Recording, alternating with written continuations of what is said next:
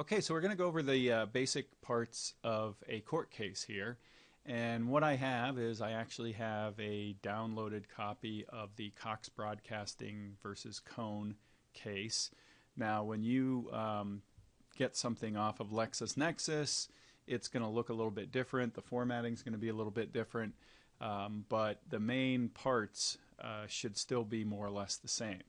And this presentation you're watching right now is definitely going to help you do the legal research exercise because knowing these parts and the various things that are in a court case are basically going to be what you do for the legal research exercise.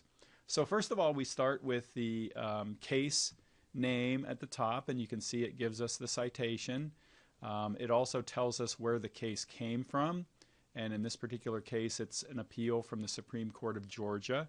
So we know this is a United States Supreme Court case, and it was appealed from the Supreme Court of Georgia. This is just some housekeeping stuff, what is called docket numbers in the Supreme Court. It tells us the date that it was argued and the date that it was decided. And then this part that I have highlighted in yellow here is what is called the prefatory statement.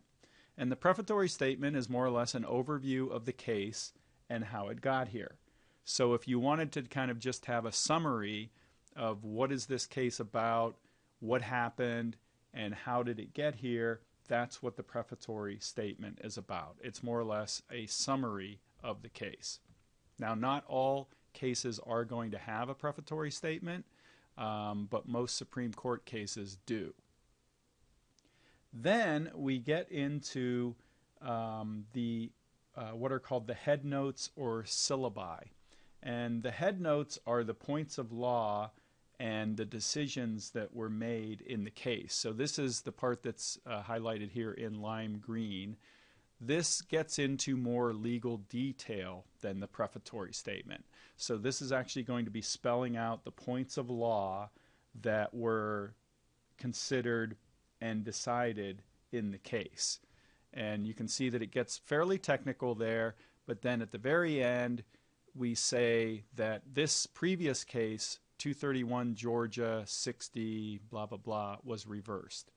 And so essentially what is being said there is that the Supreme Court has reversed the decision that was made in the lower court case. And this again is a citation to that lower court case. All right, then we have here highlighted in sort of aqua or whatever you call that color, in Supreme Court and in other appeals court cases, you might have various opinions given. There is almost always going to be an opinion of the court. And the opinion of the court is more or less the main opinion that is given by the majority of the court. So, you know, in the case of the Supreme Court, once again, we got 9 people. So, for example, if it's a 5-4 decision, you know, the majority would be those 5. And so the opinion of the court is more or less the main opinion. And in this particular case, we've got a couple of other opinions as well. We have what is called a concurring opinion.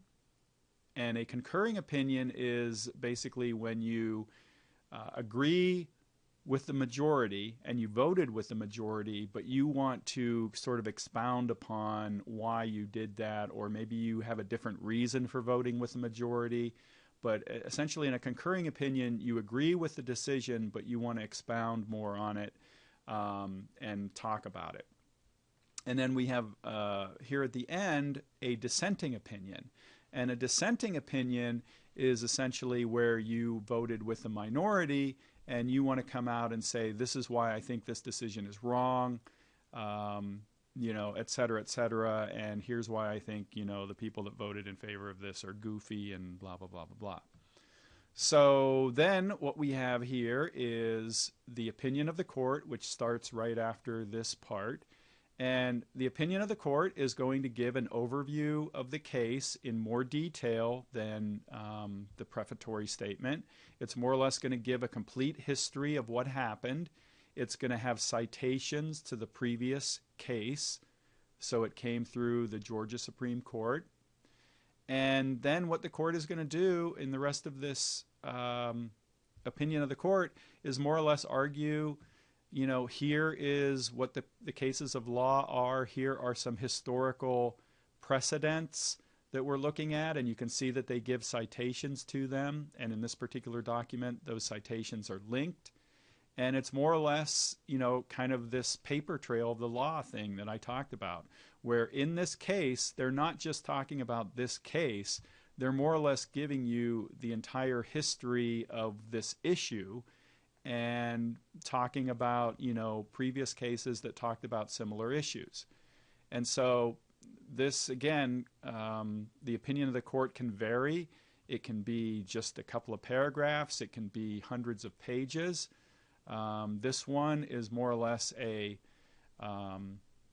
mid-sized one, a few pages. Then we get into a series of footnotes here. And if we keep going, we're eventually going to have a concurring opinion from Justice Powell. And once again, he's going to cite a lot of, his own reasons. Justice Douglas has another concurring opinion. And then Justice Rehnquist dissents. And again, I'll point out that not all cases are going to have concurring or dissenting opinions. You might have a case that only has an opinion of the court. That's, perfectly legitimate.